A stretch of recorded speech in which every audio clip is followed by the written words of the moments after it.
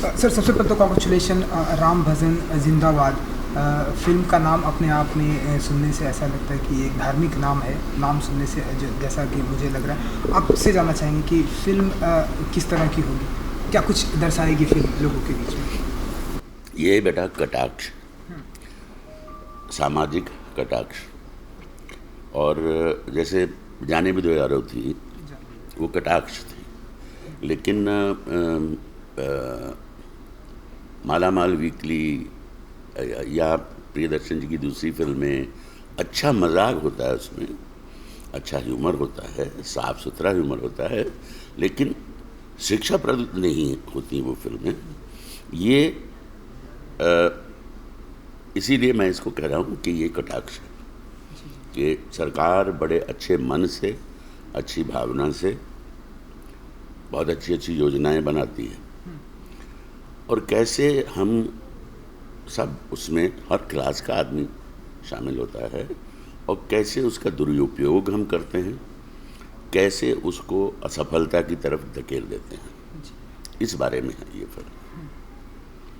और humour based है, हंसी आएगी आपको और चेतना भी जगाएगी, और आपके और एंटरटेनिंग है, मनोरंजन है पूरा। और आपके किरदार के बारे में जानना चाहेंगे कि आप क्या कुछ करते हुए हमें नज़र आएंगे। आपने बताया कि एंटरटेनिंग म्यूज़िक एंटरटेन है, ह्यूमर जगाएगी। आप हमें क्या कुछ करते हुए देखें, क्योंकि हमने बहुत सारे लोगों ने जब बजरंगी भाईजान देखी थी, आपके किरदार से काफ़ी इंस्पायर्ड हुए थे। इसमें आपको हम क्या करते हुए देखें। इसमें बेटा मैं थोड़ा सा शैतान हूँ। हाँ, शैतान से मेरा मतलब वो कोई अपना जो विलन होते हैं, रेपिस्ट या मर्डरर, वैसा शैतान नहीं है, लेकिन है शैतान।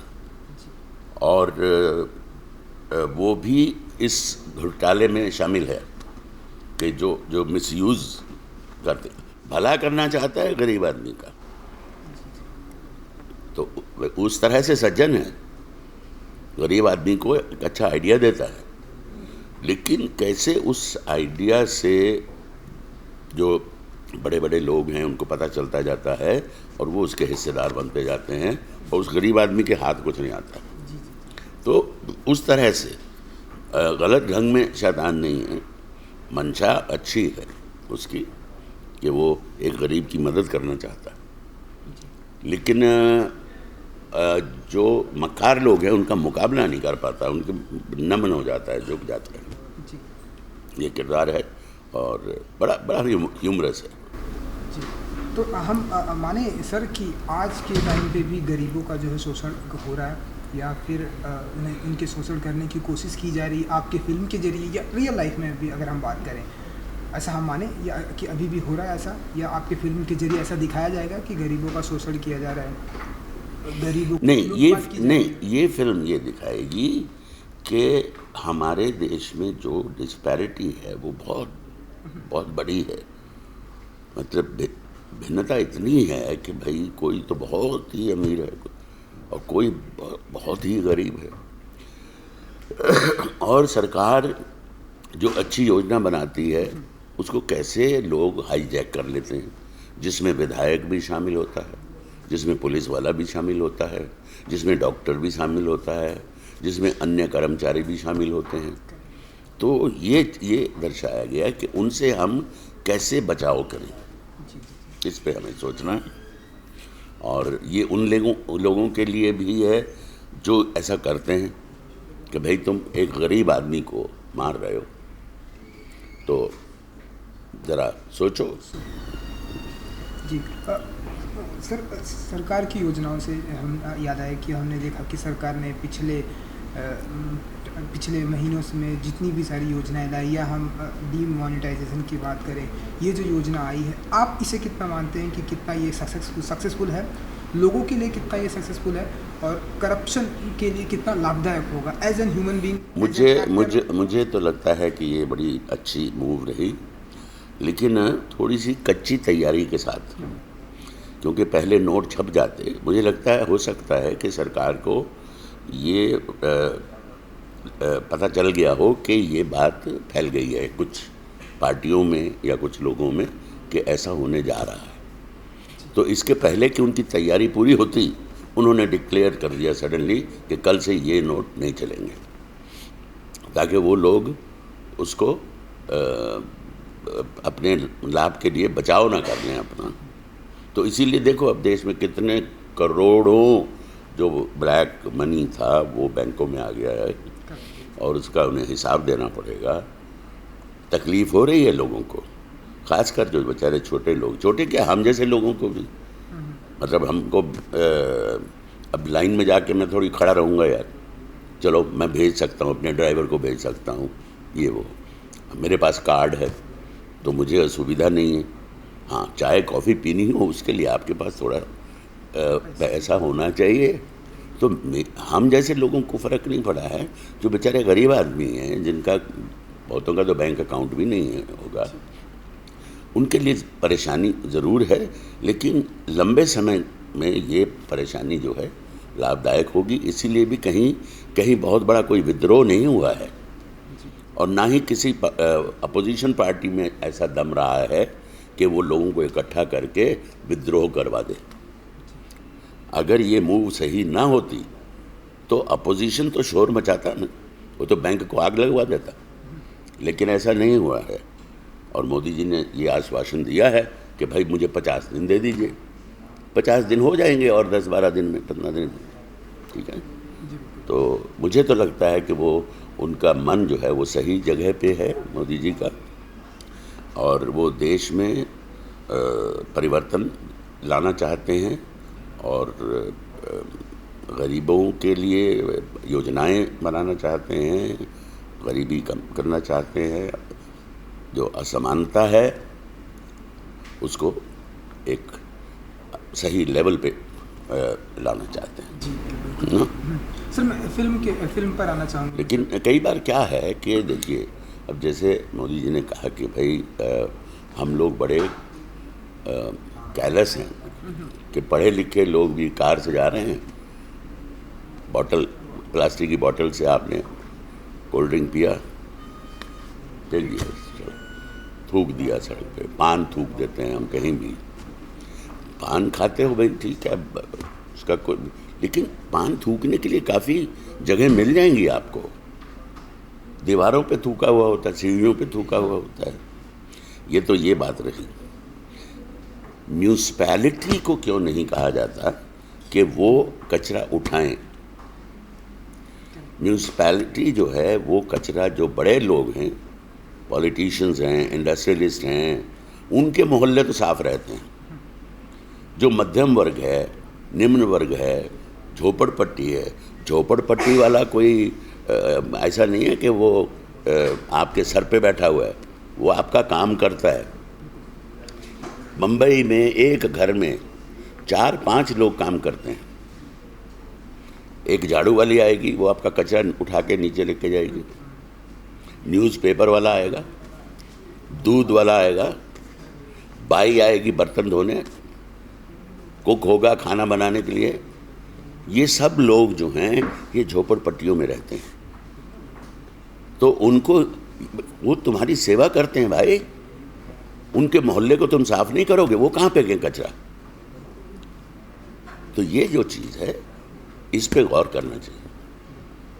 और जहाँ तक टॉयलेट्स की बात है कि ठीक है भाई, मुझे बड़ा अच्छा विचार है कि हमारी महिलाएं बेचारी इंतज़ार करती हैं पूरा दिन भर के, अंधेरा हो जाए तो फिर बाहर जाऊंगी ना, ये बात सही है। लेकिन अब गरीब किसान कहाँ से 1.5-2 लाख रुपए उस टॉयलेट पे खर्चा करें? ये तो गांव में सरकार की तरफ से 10, 12, 15 जितने भी ज़रूरत हों वो बनने चाहिए। और दूसरे, पानी कहाँ से आएगा? हमारे बहुत सारे राजस्थान में पानी की दिक्कत है, औरतें मीलों चल के जाती है पानी लाने। तो ये सब सुविधाएं जो हैं, एक अवेयरनेस पैदा हुई है कि अब हम जो समझदार लोग हैं वो कार से कचरा नहीं फेंकते बाहर। ये बात सही है, असर हुआ है लोगों पे, लेकिन इसकी गहराई तक जाना पड़ेगा।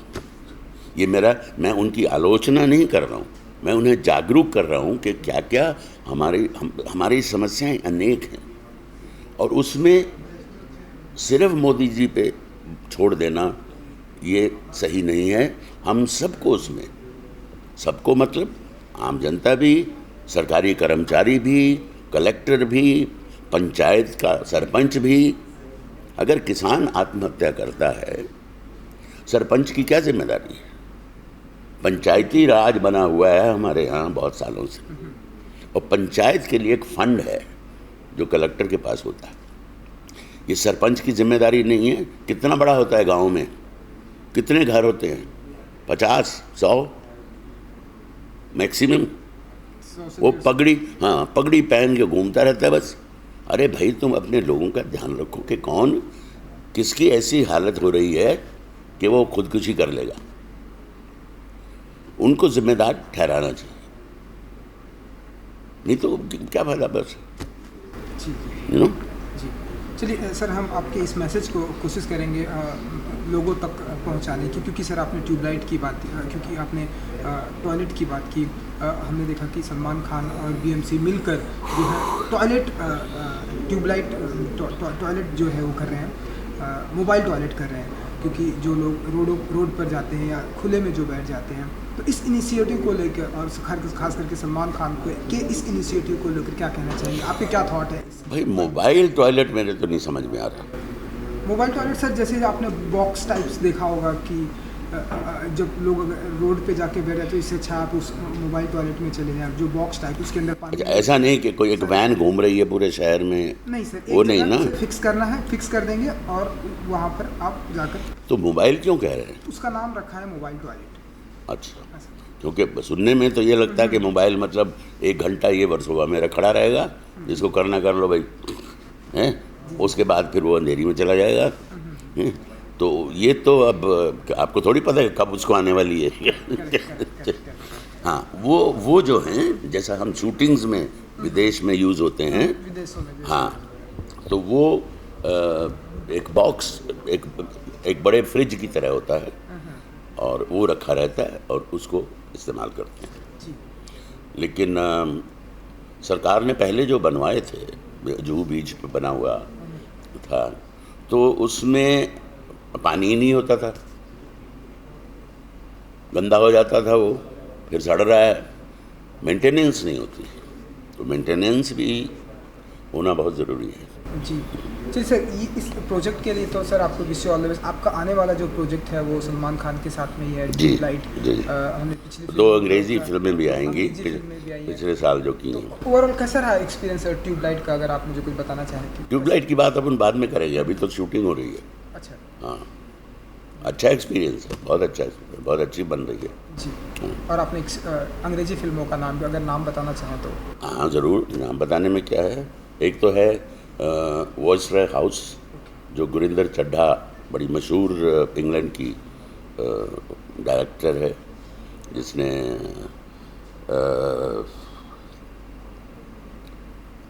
कौन सी उसकी बड़ी फेमस फिल्म फुटबॉलर पे थी, who is the famous footballer, bended like Beckham. हाँ, जिसने बैंडेड लाइक बैकम बनाई थी, और भी उसने बहुत सारी प्राइड एंड प्रेजुडिस बनाई है, तो ये उसने डायरेक्ट की है। बहुत अच्छी कहानी है, और मेरा रोल भी बहुत अच्छा है। I am playing blind in that, अंधा हूँ। और दूसरी का नाम है, उसकी शूटिंग श्रीलंका में हुई थी, पिछले साल हुई थी।